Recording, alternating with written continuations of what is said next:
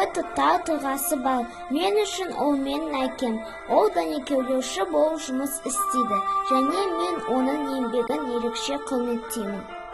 Әкем нағыз өз ісінің шебері. Оның қолынан өткен металл бөлшектері бірігіп, мықты құрылымдарға айналады. Дәнекерлеу жай ғана металл балқыту емес.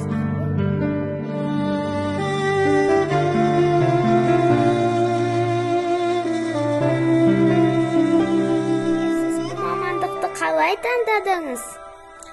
Бала кезімнен техникаға қызықтым, сондықтан осы мамандықты таңдадым. Дәнекерлеушінің негізгі міндеттері қандай?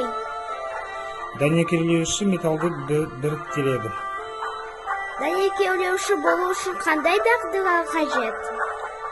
Ең бастысы дәлдік, шыдамдылық. Жастарға қандай кеңес берер едіңіз? Егер техникаға қызықса, осы мамандықтың таңдасын.